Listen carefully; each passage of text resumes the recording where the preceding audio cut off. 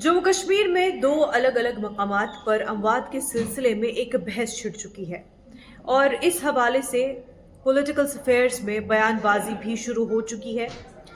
कोई इसे अफसोसनाक करार दे रहा है, बदकिस्मती करार दे रहा है, तो कोई इसे ह्यूमन राइट्स वायलेशन भी करार दे रहा है। आपको बता दें, जम्मू कश्मीर में सोपोर और वहीं कठवा में दो अलग अलग जगहों पे दो मामले पेश आए हैं जिनमें दो लोगों की जानें गई हैं और इस हवाले से पूरे जम्मू कश्मीर में एक बहस छिड़ चुकी है, जहां पर कई पॉलिटिकल लीडर्स का ये मानना है कि मासूम लोगों की जानें गई है और ऐसा होना नहीं चाहिए था, ये ह्यूमन राइट्स वायलेशन है। पूरा मामला क्या है आपको तफसीलात से बताते हैं। पहला मामला कठवा का, जहां पर मखनदीन नामी शख्स ने सुसाइड कर लिया है। अब इस सुसाइड की वजह क्या है? कहा जा रहा है कि उन पर इल्जाम लगा OGW होने का, ओवरग्राउंड वर्कर होने का, मिलिटेंट्स के साथ काम करने का, और इस हवाले से उनसे पूछताछ की गई और पूछताछ के दौरान उन्हें हरासा किया गया और इतना ह्यूमिलिएट किया गया कि जब रिहा होकर वो बाहर आए, वो इस ह्यूमिलिएशन को सह नहीं पाए और उन्होंने सुसाइड कर लिया। सुसाइड से पहले उन्होंने एक वीडियो भी बनाया था। मस्जिद के बाहर कुरान मजीद को हाथ में रखकर उन्होंने कसम खाई थी कि वो ना OGW है और ना ही उनका किसी मिलिटेंट तंजीम से कोई वाबस्ता है, ना ही उनका कोई मिलिटेंट तंजीम से कोई नाता है। और उसके बाद उन्होंने ये भी कहा कि लेकिन उन्हें इतना हरासा किया गया कि वो इस ह्यूमिलिएशन को बर्दाश्त नहीं कर पाए, इसलिए उन्होंने अपनी जान दे दी। दूसरा मामला आपको बता दें, ट्रक ड्राइवर जिसे आर्मी ने जिसका पीछा किया, रोकने की कोशिश की, लेकिन वो रुका नहीं और 23 किलोमीटर तक आर्मी इसका पीछा करती रही। वहीं ट्रक को रोकने के लिए टायर पर फायर किया गया, लेकिन किस तरह से वो बुलेट ट्रक ड्राइवर को लगी, ये अभी तक समझ नहीं आ पा रहा है और इसको लेकर के कई सवाल खड़े किए जा रहे हैं। ट्रक ड्राइवर वसीम, जो कि सोपोर से ताल्लुक रखते हैं, उनकी जान जा चुकी है। दोनों ही मामलों को लेकर के एक बहस छिड़ चुकी है। पॉलिटिकल लीडर्स इस पर सवाल खड़े कर रहे हैं कि आखिर ये किस तरह से मुमकिन हुआ और मासूम लोगों की जान क्यों ली गई है।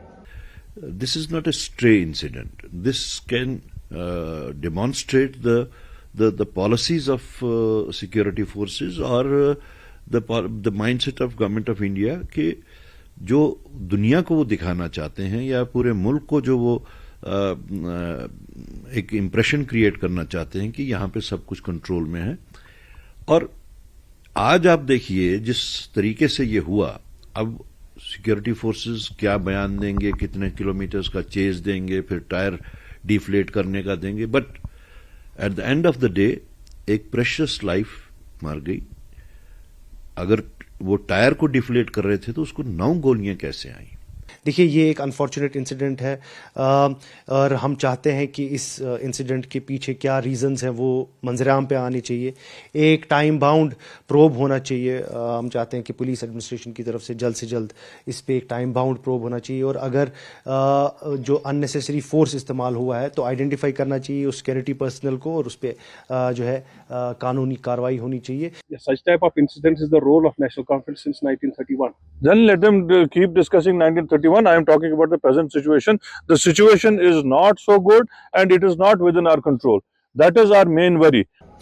चीफ मिनिस्टर उमर अब्दुल्ला ने इस हवाले से ट्वीट भी किया है। उन्होंने कहा है कि ये अफसोसनाक है और इस हवाले से जिस तरह से हरासा किया गया है, चाहे मखनदीन की बात करें या फिर जिस तरह से आर्मी की गोली ट्रक ड्राइवर को लगी है, दोनों ही मामलों में उन्होंने कहा कि सेंट्रल गवर्नमेंट से ये बात कही गई है और इस पर तहकीकात होनी चाहिए। उन्होंने ये भी कहा कि जम्मू कश्मीर की हुकूमत भी इस हवाले से इंक्वायरी जरूर बिठाएगी। पीपल्स डेमोक्रेटिक पार्टी की तरफ से महबूबा मुफ्ती ने भी इस हवाले से बयान दिया है, तो इल्तिजा मुफ्ती ने भी इस मामले को लेकर के बयान दिया। उन्होंने मीडिया से बात करते हुए कहा कि ये ह्यूमन राइट्स वायलेशन है, जिस तरह से मासूम लोगों की जान ली जा रही है, और इस पर नेशनल कॉन्फ्रेंस चुप क्यों है, वो कुछ कहते क्यों नहीं। मैं आज एनसी सरकार से पूछना चाहती हूं कि आप लोगों के मुंह पे ताला क्यों है? अगर आप हमारे लोगों को sense of safety and security नहीं दे सकते तो आप कुर्सी पे क्यों आए हैं? क्योंकि जब एलजी साहब की यहाँ एडमिनिस्ट्रेशन थी तब भी सेम माहौल था, पकड़ धक्कड़ का माहौल था। यहाँ जो इतनी सारी एजेंसीज हैं, वो एसआईए हो, नई नई एजेंसीज हो, पुरानी इंटेलिजेंस एजेंसीज हो, वो किसी को भी OGW करार कह के हाइब्रिड मिलिटेंट कह के उठाते थे, टॉर्चर करते थे। So I want to ask the government कि पहले और अब में क्या फर्क है। 50 एमएलए होने के बावजूद भी आप यहाँ के लोगों को इज्जत नहीं दे रहे, उनको सेंस ऑफ सिक्योरिटी नहीं दे रहे, उनकी डिग्निटी नहीं दे रहे, तो आपको लोगों ने यहाँ क्यों चुना।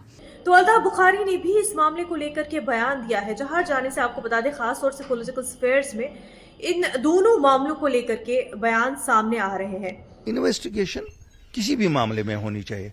किसी मामले की सच्चाई तक अगर पहुंचना है तो इन्वेस्टिगेशन के बिना कैसे पहुंचा जा सकेगा। मेरे साथ इनफैक्ट वो जो रिटायर्ड आर्मी ऑफिशियल का आर्मी में जो काम करता था, जिसकी डेथ हो गई है, अभी उसकी बेटी मेरे साथ बात कर रही थी।